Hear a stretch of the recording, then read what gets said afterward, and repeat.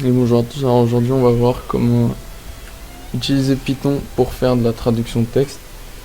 Donc ici, euh, tout d'abord il faudra installer la librairie de Google Traduction. Donc vous allez faire un petit pip install Google Trans. Alors ici j'ai rajouté ça pour installer une version spécifique parce que la dernière version elle marche pas très bien. Du coup utilisez plutôt cette version. Et donc bon, alors moi j'ai déjà installé, du coup vous, ça va pas vous faire la même chose, mais voilà. Et du coup quand vous l'installez, on va venir ici dans le code. Nous on va faire un petit from Google Trans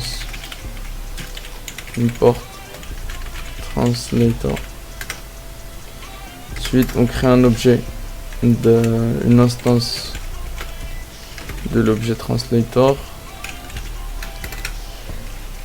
Et ensuite maintenant on peut faire des traductions. Donc on va faire un petit output égale translator.translate, donc avec la fonction translate on peut faire la traduction. Alors ici on va faire hello, donc c'est le texte à traduire.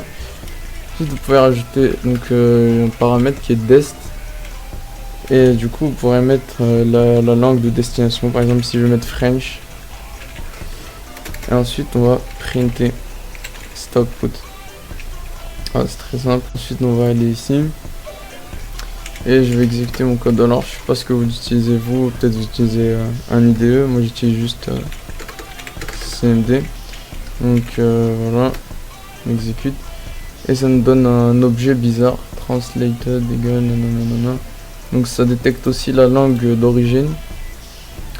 Nous on veut simplement le texte, donc on va pour l'avoir il suffit de faire output.text. Et du coup maintenant si on réexécute le programme on obtient bien bonjour. Du coup voilà, si vous voulez je peux développer un peu plus ce code. Par exemple vous pouvez par exemple demander au début, faire deux inputs, par exemple texte égale input et langue égale input, et donc ensuite vous demandez juste un texte et vous remplacez la langue ici. Du coup ce serait plutôt simple. Par exemple je vais exécuter puis tuto. Donc là par exemple je vais taper bonjour et je veux en anglais. Voilà. Donc ce code par exemple je peux réutiliser par exemple salut et espagnol. Moi je l'ai mal écrit. J'ai mal écrit espagnol, mais du coup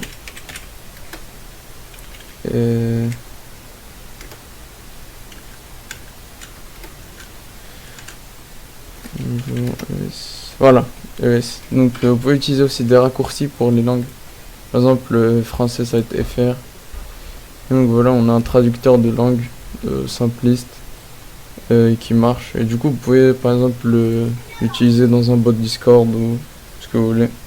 Si la vidéo vous a plu, n'hésitez pas à mettre un petit like et à vous abonner. Merci à vous.